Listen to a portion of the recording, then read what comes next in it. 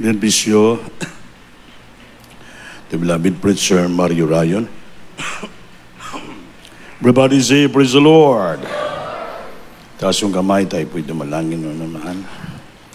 Opo, nakilang Diyos, maraming salamat. Pinupuri ka namin salamatan sa araw na to, mga Panginoon, nga kami gitipon mo naman dito sa iyong bahay sa santuaryo upang purihin ka at pasalamatan ka. Simbahin ka, Lord. Hallelujah. Sa katotohanan, dahil napakabait mo na Diyos, takos kang pasalamatan. Takos kang purihin, sambahin, Lord. Salamat. That you're moving always in our midst. You filled us, Father, truly with the Holy Spirit. To the first leading prayer of the beloved Pastor, Lord, thank you so much. That you bless us, Lord, from the start of the service until now, God. I beseech you, God, to please anoint the humble servant to deliver with love and mercy the breath and bind Satan. Cast out in Jesus' name. To the first leading prayer of the Pastor, in Jesus' name. Amen. Praise the Lord. Hallelujah. Everybody say, praise the Lord. So, first of all, the highest praise, glory, honor, thanksgiving, and majesty only to our loving God. And I give double honor and respect to our dearly beloved evangelist, Almeida, the end-time prophet of our loving God. And we must remember and cherish the blessed memories and precious teaching of beloved stand pastor, Lina Comol Almeida, and all beloved children, the whole blessed Almeida family. And I greet also my beloved wife, my children, my co-workers, my co-preachers, sa inyo lahat, mga minamahal na mga kapatiran dito sa dako ng CDO, sa lahat-lahat ng mga webcast viewer natin na nanonood sa buong daigdig. Magandang araw, magandang hapon, magandang gabi sa inyo dyan. Mga minamahal, salamat sa Diyos. Palakpakan po natin ang ating mahal na Panginoon. Everybody say, praise the Lord. Sino pong pinagpala sa araw na to? Lahat tayo pinagpala ng Diyos. Pangalawang linggo ng bagong tuig, bagong taon, January 2024. Napadali lang ng araw. Amen? Second Sunday na tayo. Sunod, February, parang inihigop. Kaya totoo yan, nakasulat sa Biblia. Sabi ng Panginoon, I will straighten the days because of my elect. Paiksiin ko yung araw para sa aking mga pinili. Para hindi tayo maghirap sa lupa dito, kunti nating titiisin. Kaya paiksiin ng Diyos ang araw. I will shorten the days for my very elect. Kaya pinagpala tayo, mga pinili tayo ng ating Panginoon. Paiksiin na lang ng Diyos ang araw. Kaya kung magtagal na magtagal, baka maraming hindi madala sa rapture. Ay grabe, we are surrounded by sin and temptation. Sabi, hindi ka makapigil, hindi ka maging matatag na Kristiyano, madadala ka sa sanlibutan. Amen ba? Amen. Kaya maraming salamat in times nga talagang hina tayo, in times of our needs. Pag tumawag tayo sa Panginoon, hindi tayo binibigo. He never fails us. Palakpakan po natin Diyos. Mami na mahal, nagpag-greet na ba ako? Nag-greet na ako. Tapos na. Kalimot na tayo. Mami na mahal, ay pinagpala tayo ng Diyos dahil nung Thursday ay pumunta kami ng Oroquita City dahil kinuha natin yung ating beloved workers, mag-asawang galing ng Cebu, inassign sila dito sa Cagayan de Oro, si Baderdino Cuevas. So hinatid namin sila doon sa dako ng Liloy, Zamboanga del Norte. Na may bagong tayong gawain doon, bali sila linagay natin doon. Malagbiyahe kami ng napakalayo, mga minamahal. So umalis kami sa Oroquita, mga 4 o'clock in the afternoon. Kaya sana, kinaugmaan na kami biyahe. Nagtumawag ang kapatiran, naghintay pala sa doon sa chapel, naghanda sila. Kaya tumuloy kami. Basta nakarating kami ng Liloy, Zamboanga del Norte, gabi na, mga minamahal, halos mag-alas 7 ng gabi. So naghintay pa rin sila alas 9 ng gabi kami nakarating sa dako ng munisipyo ng Liloy, Zamboanga del Norte. Ngayon, pag inabukasan, yon. Kasi Yung chapel natin doon, payag-payag lang, nipa, nag-uupa lang tayo doon sa lupa ng may-ari. 1,500 ang buwan. Ngayon, nag-uupersa na ng lupa sa katabi. Ay, nang unang punta namin, 700 pesos lang per square meter yung usapan. So, kumuha tayo ng 500 square meters, so dapat 350 lang. Eh, pagdating namin doon, nagbago yung isipan. Kasi, Brad, naulahi kayo, may pupunta rin ito, gusto na bibilin yung lupa. Kaya, ibinta talaga namin ng 1,000 per square meter. Sabi ko, sobra naman na, Brad. Yung usapan natin, 7 lang eh. Kasi ganito, may babayaran pa kami, nakaprinta kasi itong lupa na to. Sa amin, uncle, na 200,000, talagang singilin ka. Pero naipit po tayo. Din nasorbi na po ng kapatiran na geodetic engineer nga taga Sambuanga. May ano na, may sketch plan na. So, pipirma na lang sila. So, instead nga 50,000 lang i-down natin, nakiusap. Kung pwede kalahati, nako. Ito na. Bayaran pa rin yung may-ari. Kaya napilitan po tayo na magbigay tayo ng down payment na 200,000. Sabi ko, yung balance, payables for 3 months na lang. 5 months, bahala ng Panginoon. Kaya magpapatayo pa kami ng chapel. So, nagpirmahan. Naka-uwi na naman kami dito. Nakahabol kami ng Friday. Diretso ang biyahe namin. Minsan, maawa na lang ko sa ating mga driver, yung mga workers, dahil pagod na pagod. Wala kami pahinga, diretso. Pero kahabagan ng Diyos, ang Diyos ang nag-iingat sa atin dahil yung ating ginagawa, hindi po para sa ating sarili, para sa gawain ng Diyos. So, ganun nangyari. So, pag yun nabukasan, talagang marami kasi tayong pangailangan sa church. I tell you this, nga para malaman yun, magkaroon kayo ng tunay pa rin, continuous nga pasanin, burden, magkaroon ka ng generous heart and liberty in serving the Lord. Dahil yung binibigay nyo ay nagagamit natin sa gawain ng Diyos. Kaya yung sa instrumento natin, yung mga sound system, nakita nyo po yun. Kasi 2 seat po yung sound system natin, 2 seat. Yung dito, at yung dinadala namin sa labas. Kasi hindi natin pwede pull out to, pag alis-alis, masisira. Itong mga masilan kasi to, kasi yung mga speaker na to, ay mga powered to, may mga amplifier na sila. So pag matagtag, mga ano, hindi pwede, masisira, masilan nga bagay.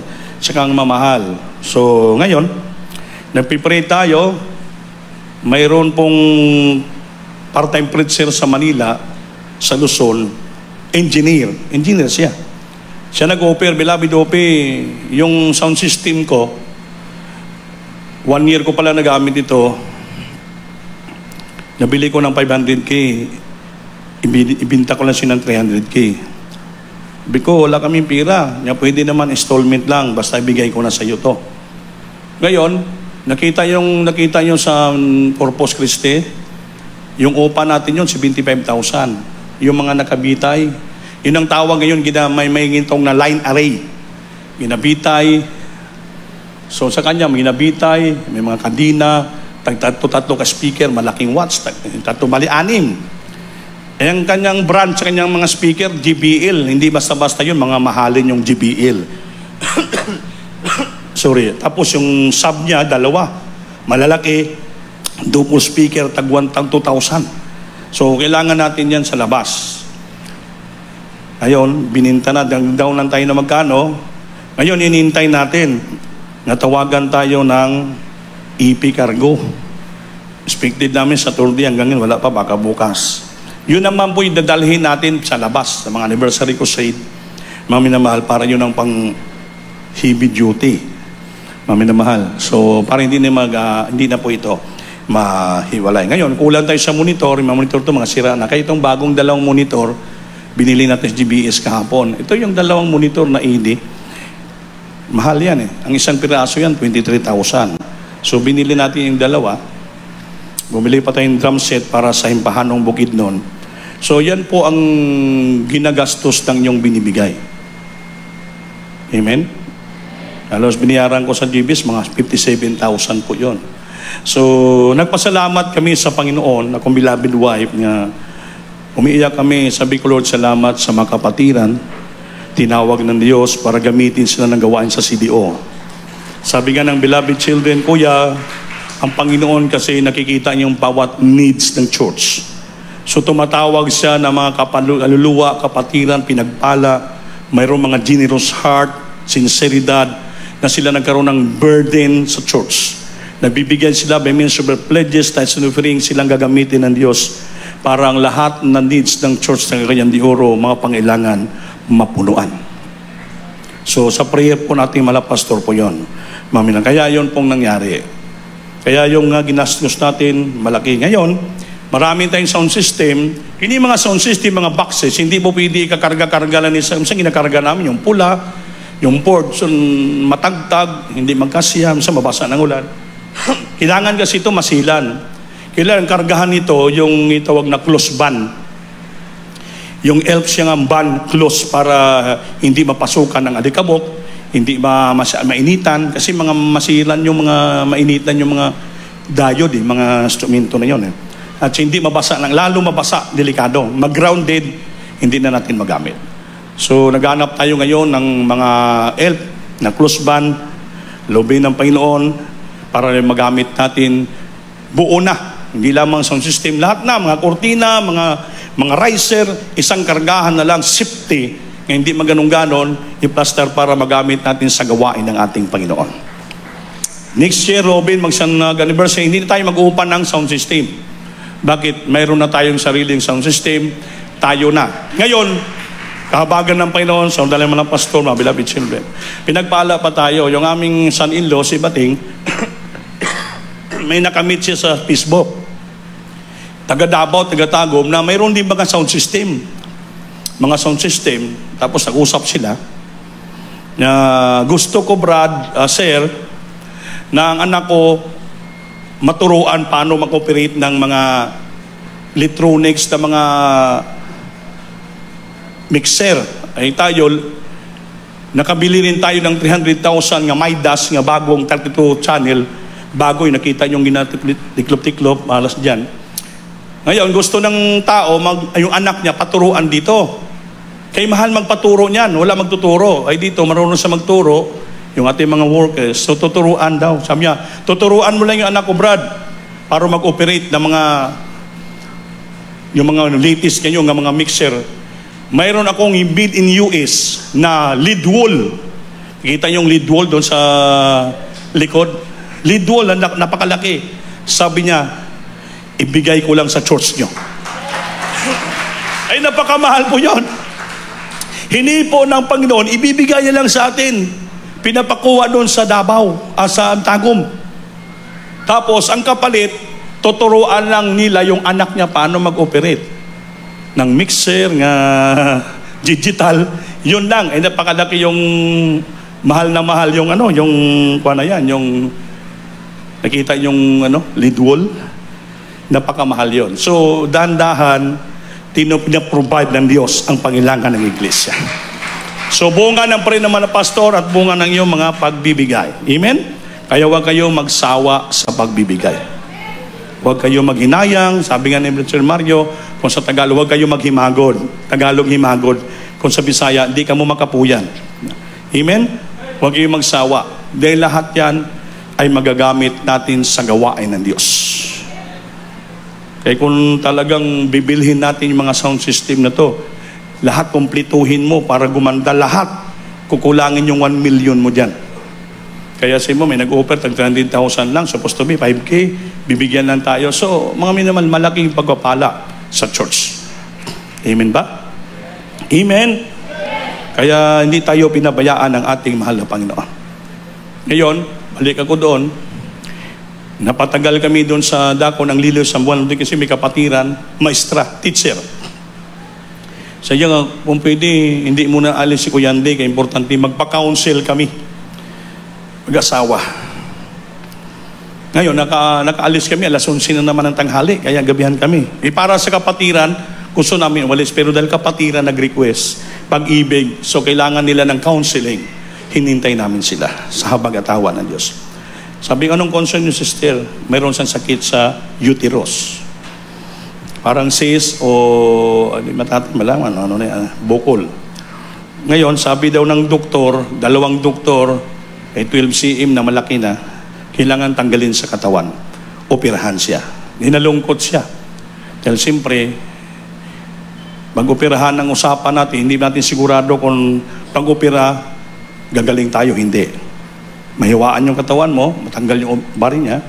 So nagpa-counseling ang dapat gawin. Okay, maestra ka, makapag-loan ka, kahit magkano, pero mabawasan na yung pera nyo. Mahiwaan pa yung katawan mo, hindi natin alam kung sigurado, hindi na mabalik yung cancerous, yung tumor sa uterus mo. Pero sabi ng Biblia, Exodus chapter 15 verse 26. Ito yung versikulo sinabi ko sa kanya. Kaya hindi lang pag-ibasa. Pakinggan nyo ito mga minamahal para magakuha ka muna idea. Praise the Lord. Sa aklat ng Exodo, Kabanata 15 ang talata ay 26. At sinabi, kung iyong didinggin ng buong sikap ang tinig ng Panginoon mong Diyos, at iyong gagawin ang matuwid sa kanyang mga mata, at iyong didinggin ang kanyang mga utos, at iyong gaganapin ang lahat niyang mga palatuntunan, ay wala akong ilalagay na karamdaman sa iyo, na gaya ng inilagay ko sa mga Ehipsyo, sapagkat ako ang Panginoon na nagpapagaling sa iyo. Palakpakan po natin Diyos. Mga minamahal, sundan natin yung versikulo na to. The God who heals. Ang Diyos natin nga nagpapagaling.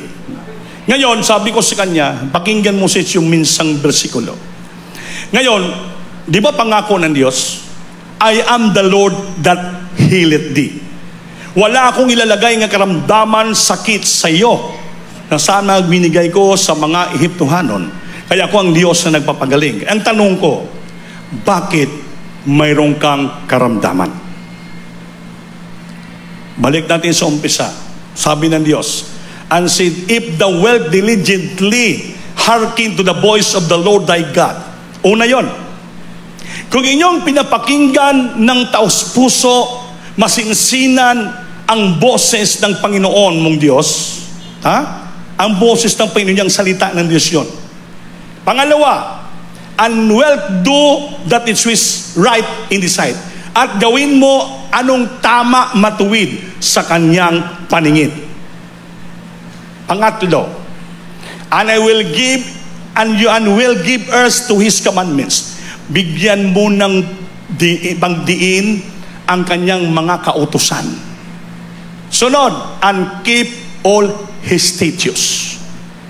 Ganapin natin lahat ang kanyang mga kabubuton, kautusan, statutes, and commandments.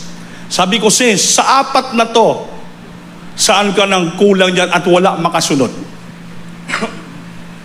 Pag masunod mo yan, sabi niya ang Panginoon, I will put none of these diseases upon you. Wala akong ilalagay ng karamdaman, sakit sa inyo kung itong apat na sinabi natin nasunod mo. Tahimik man. As if thou wilt diligently hearken to the voice of the Lord thy God. Alam mo kung minsan, sister, sumasamba tayo. Pero minsan, pagdating sa sambahan, hindi tayo nakikinig ng maayos. Hindi tayo nag-concentrate. Panay-ikot tayo, laro-laro ng ating bata. Isa yan, nga wala mo pinakinggan ng taos-puso ang salita ng Diyos. Namimiss mo yun.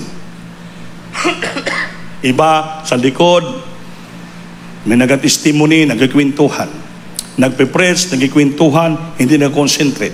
So, ang una pa lang statement ng Panginoon, hindi ka na nakasunod.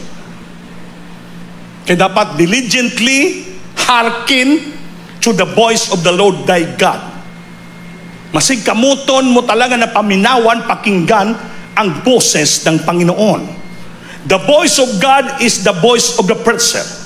Because the word of God na ginapreach ng preacher, that is the voice of God. Kaya hindi mo pinapakinggan yan, hindi mo binabali mo yan. Una, nagkasala ka. Pangalawa, gawin mo, do that is which is right in the sight. Gawin mo ang matuwid, tama sa kanyang paningin. Sa ating paglilingkod, nagagawa po natin ang tama, matuwid sa kanyang paningin. Kaya sabi ko, maraming klaseng kasalanan.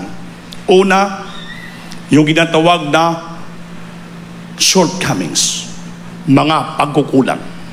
Ano yung mga pagkukulang? Marami tayong mga pagkukulang, mga minamahal. Sa bahay nyo, kulang ka sa puri, kulang ka sa basa Biblia, kulang ka sa kabanalan, kulang ka sa pangarasangyaw sa Ebanghelyo, pagkukulang mo po yun. Ang tithes na piring mo, kinukulangan mo, malaking pagkukulang mo. Sabi ko, yung tithes na piring, sister, dalawa yung sumpa. You are cursed with a curse because you have robbed me. Pinanghimaraot ka sa tanang pinanghimaraot kay tungod ako imo ginakawan. So, double curse. Yung mga sinumpa, kung susumpain ka pa. Say, you are cursed eh. You are cursed with a curse because you have robbed me. Habang ko nagsalita, panay sa iyak na iyak, tumutulang luwa, namumula yung mata. Grabing iyak niya. Yung misterya nakikinig. Maraming tayong pagkukulang. Pangalawa, yung inatawag na sin of unguarded moments. Kasalanan, inatawag na unguarded moments, sa hindi mo nababantayan yung sarili mo. Minsan, nakihalubilo ka sa libutan, nakiisa ka sa chismisan, nakiisa ka sa mga pagbantayay diya, nakiisa ka sa mga sanlibutan, yan ang kasalanan mo, the sin of unguarded moments. Hindi natin mabantayan. Amen? Sumasayaw-sayaw na rin tayo sa sanlibutan na kanta. Nakipagchismisan na rin tayo, nakipag-join tayo ng usapan nila. Nga sabi ng Biblia, huwag ka makiupo sa upuan ng mga taong mayubiton o mga sinungaling. Amen?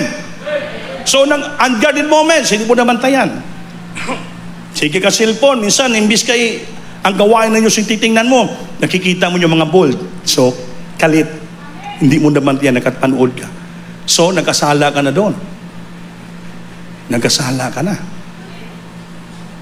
Imbis yung titingnan mo, yung gawain, mga testimony, na iba yung tingin mo. Marami nakahubad yan sa Facebook. Dito ka na, mag-click, pa! So, ilang minuto lang, nagkasala ka. Dahil hindi ka nagbantay. Sabi ng preaching ko noon sa Wednesday, na bullseye ka ni Satanas. The fiery dart of the wicked. Yung lumalagabla mo, maapoy nga dart, araw ni Satanas, natamaan ka. Isa yon. Sige sa iyak. Sige, pati misterya, umiyak na rin. Ngayon, mayroon pa, sunod. If you sin willfully, after the knowledge from the Lord, ginawa mo ulit. Sin willfully, gituyo mo magpakasala. Alam mo ng sala, alam mo ng mali, ginawa mo pa. Ang tawag yan, willfully. Kagustuhan mong gawin yung kasalanan. If you sin willfully. Yon. Alam mo ng kasalanan, ginawa mo. Ang tawag mo na willfully. Kabubuton mo, kalooban mong ginawa talaga kahit alam mong mali. Delikado na kasalanan po yon. Parang heinous crime yan. Amen? Amen. So marami tayong nakagawang kasalanan. That's why, sabi ng Diyos. So, nakagawa ka ba ng tama, matuwid sa kanyang paningin? Hindi na. And will give ears to His commandments. Nabinatagaan mo ba importansya ang papakinig, pagsunod sa kanyang kautusan, commandments? Hindi na. And keep holy statutes, ganapin mo lahat ng mga statutes, mga kabalauran, hindi na. That's why, magtataka kayo, bigla lamang may darating sa buhay mo, disgrasya, aksidente, kaguluhan, kahirapan, karamdaman. Problema. Bakit? Yung mga salita ng Diyos, hindi mo nasunod.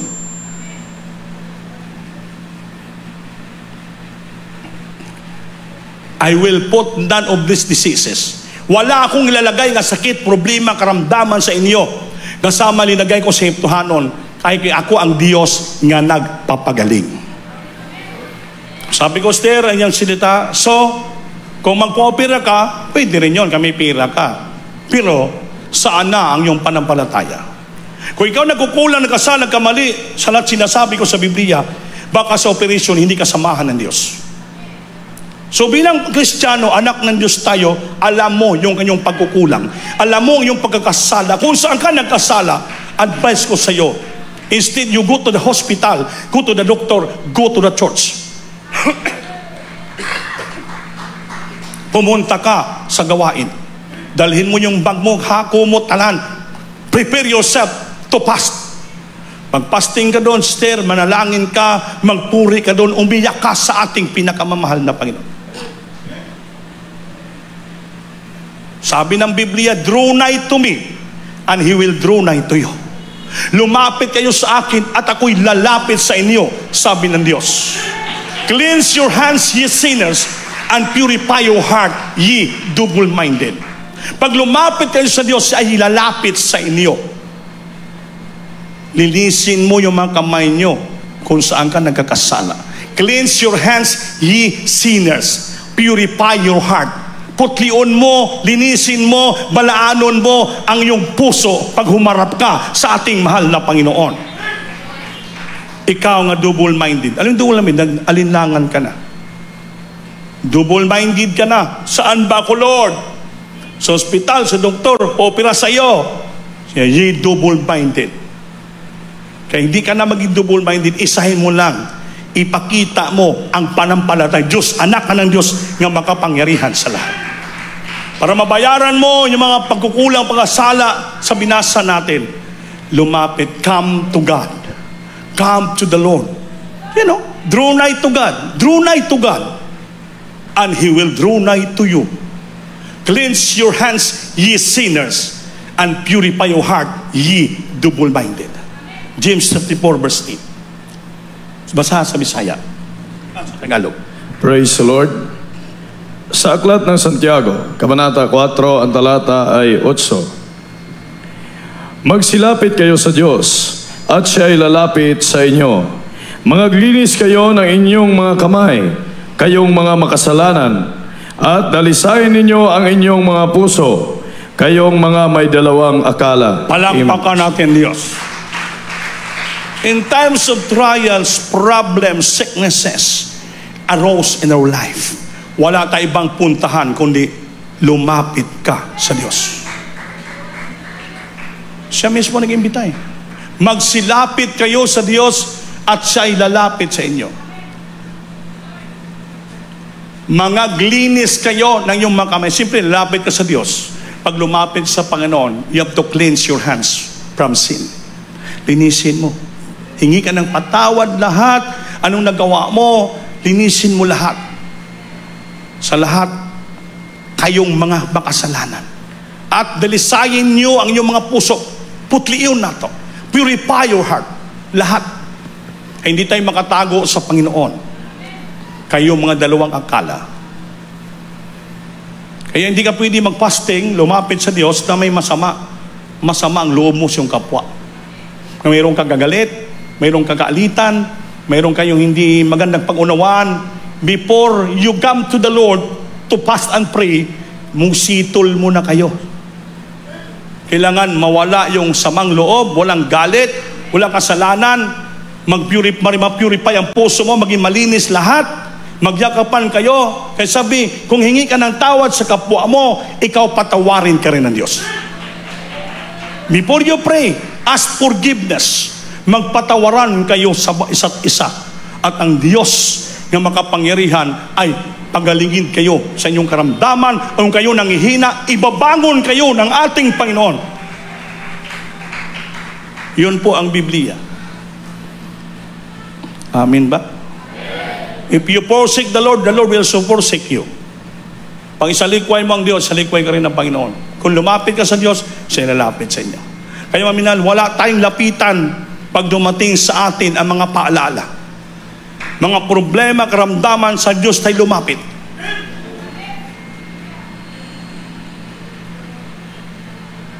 Di ba? Nalapit tayo sa doktor, okay man yun. Pero kasi, magbabayad pa tayo sa doktor, malaking pira mawala. maoperahan pa tayo, may mabawas sa ating katawan. Pero kung sa Diyos ka lumapit, walang gastos, hindi mahiwa yung katawan mo, panampalataya. Mamatay, mabuhay sa Diyos. Bahala na. Diyos na lahat ang punta natin. Kaya wala naman tayong magawa. Maraming punta sa ospital, naoperahan, namatay. Sayang ang gastos. Madagdagan pa yung gastos. So bakit hindi ka na lalapit sa Diyos? Bahala na ang Panginoon. Bahala na, Marka, bahala na. Kung sabi si Miriam, pag nakita Diyos malapit ka, pinagtiwala mo lahat, hindi ka pabayaan ng ating mahal na Panginoon. To taste our faith, to taste our obedience, to taste our sincerity, ipakita natin sa Diyos how we love the Lord so much. To follow His commandments, to keep His statutes. And we have to do what is right in His sight. Pakinggan natin ang salita ng Diyos ng lubusan. Ipakita. Si Abraham, pinakinggan niyang Diyos. Early in the morning, Abraham, Abraham, wake up.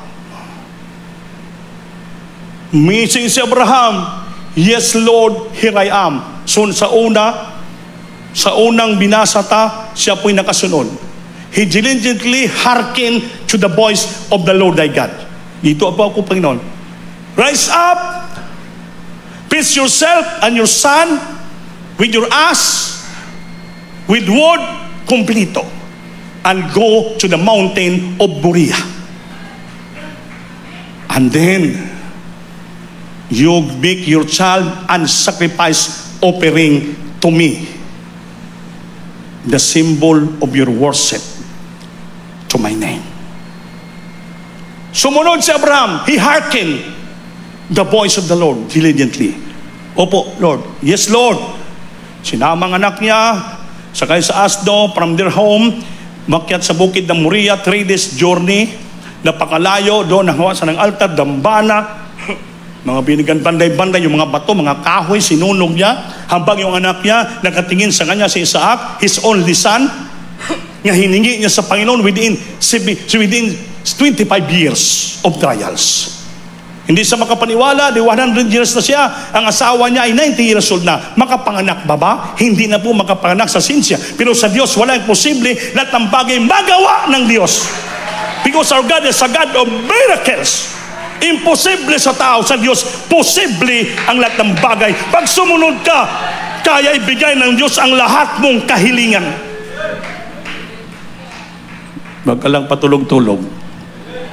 Palakpak. Amen? Ginawa ni Abraham. He do it right in the sight of God. He keep the statutes of God. He do it the commandments of God. Ginawa lahat ni Abraham. Hambang ginagapos yung anak, umiiyak yung tulang ilang luwa na yung anak. Pero ang anak niya ay faithful, the same obedience as his father. Wala, hindi tumakbo si Isaac. Sabi ng Bible scholar, mga 1 inch lang daw ang kutsilyo sa dibdib ni Isaac para ibaon.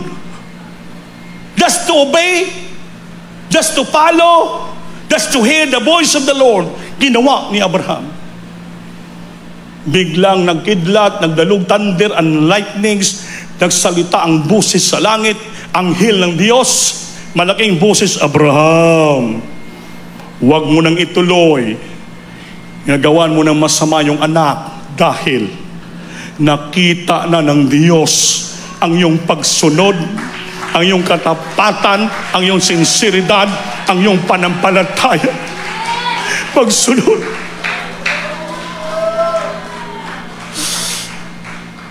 Umiyak si Abraham, yakap sila mag-ama. Ngayon, pagtingin ni Abraham sa kilid, nakita niyang kapalit ni Isaac gawin sacrificial offering to the Lord. Napakataba na karniro. Kaya hanggang ngayon, ang lugar na yan, dinawag na Jehovah Jireh. Meaning, our God is the greatest provider.